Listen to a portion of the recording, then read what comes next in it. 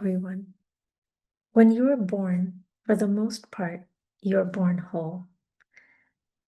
And the country, the culture, the gender that you are born in, all of these become a part of your identity, your self concept.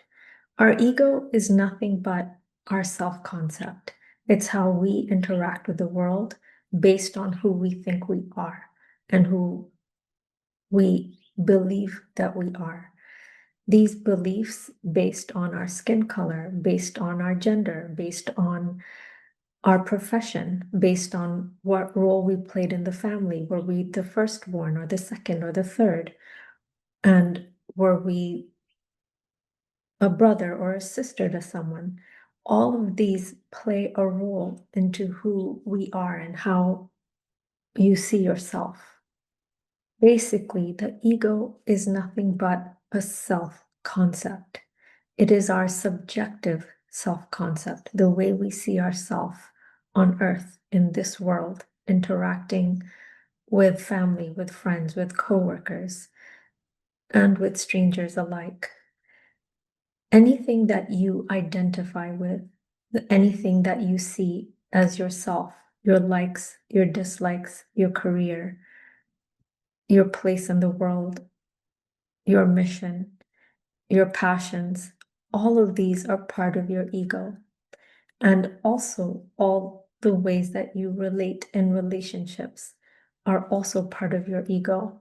So, things like, are you someone who's very friendly, outgoing, introverted? Or are you someone who's stubborn or easygoing? Any of these traits that you have identified with, that you see as yourself, are part of your ego structure. So, an ego death would simply mean an ending of any of these identifications. So, if you identified as someone who was very quiet and shy, and along the years you have changed, and now you're more outgoing, you can simply say that's a shift in an ego identity.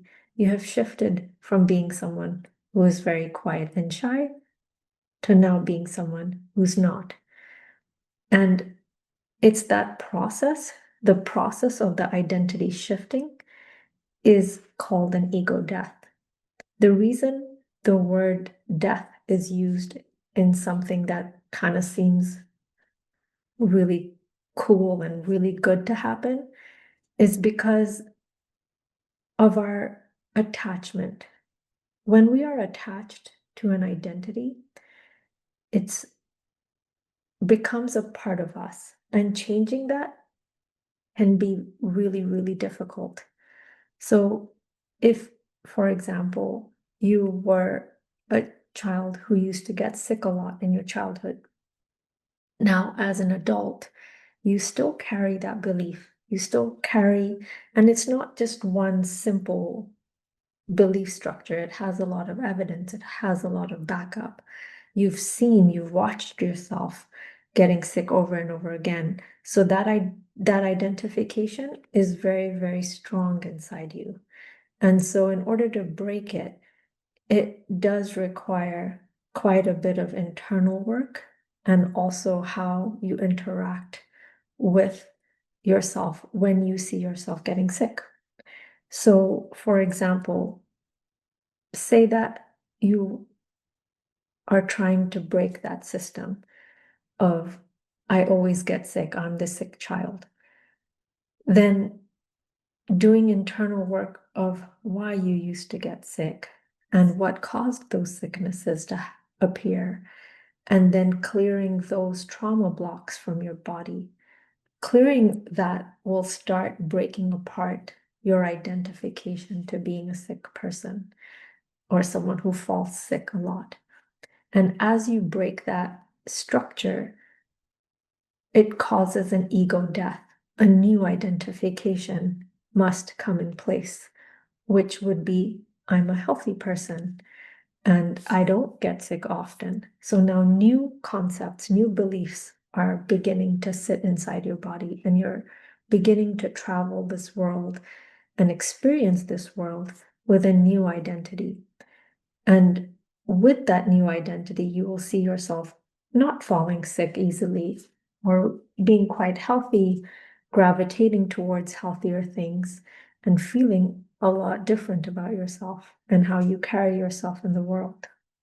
So, in a very basic understanding, it's you are identified with something, and now you have gone through a change or going through a change, which now disidentifies you with something and allows you to identify with something new.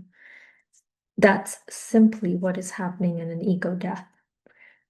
It's just that within our world, it has been quite challenging for many of us to make those changes.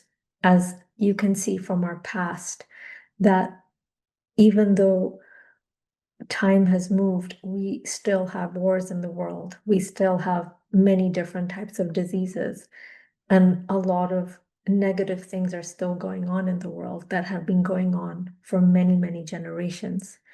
The reason these things keep repeating themselves is literally because we haven't changed our own beliefs, our own operating ways.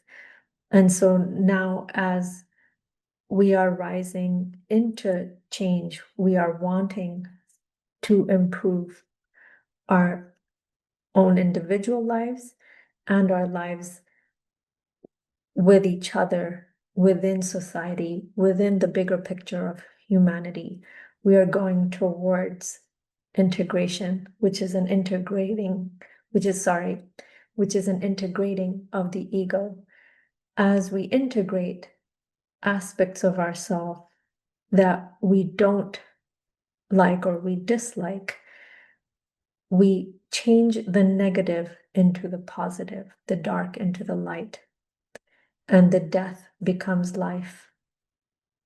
And when we disidentify from both life and death, we aren't as attached and don't suffer as much during the experiences that occur in our lives. In an objective way to understand an ego death through spirituality and through a lot of ascended masters like Jesus and Buddha and Krishna, all of these ascended masters are kind of showing us the way to living in the world and in a much higher consciousness way. The higher consciousness way is not attached to ego the way that we are. They have ego, but it's almost a very expanded version of what the ego becomes because it includes everything as a part of itself. And if it includes being a good person and a bad person, a kind person and a mean person, and it includes the totality of all that we are, then you are basically expanding your ego. You're expanding how limitless you can live in the world. And within this idea is the concept of dissolving the ego. It's the dissolution of the ego within unity consciousness, one consciousness, all consciousness. It's the everythingness that we all are and where we all come from and what we are all made of. And so when the ego dissolves into that, is basically the objective use of ego death and the objective meaning of ego death, that I dissolve myself into the allness, into the oneness. And a lot of people are able to reach these levels of feeling during, say, when you feel like you're working on a big project, or you're creating something like a painting, or you're maybe running in a marathon, or any of these places where you feel like you've lost yourself, you couldn't remember being attached to your body, you forgot to eat, you didn't think about time. It's those moments that are where you can say you didn't have an ego, you didn't have a structure, you kind of lost your senses and you lost sense of yourself, which is the sense of your ego. So all of us at some point have experienced that to some degree where we didn't feel like we were here, that you were with kind of merged with everything, merged into the one consciousness.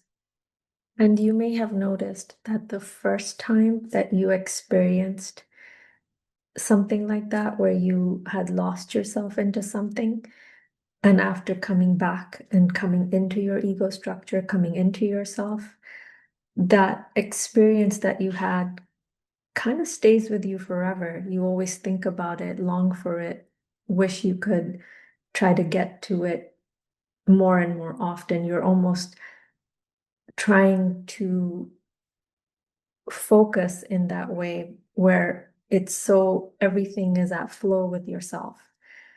And that's why it's actually a positive thing to have ego deaths, because you form new identities, you form a new sense of self, you carry yourself in the world in new, different ways, which is part of the experience. The part of the experience to be here is to be a separate identity. So you're not the same as everybody else, but you are still part of everybody else.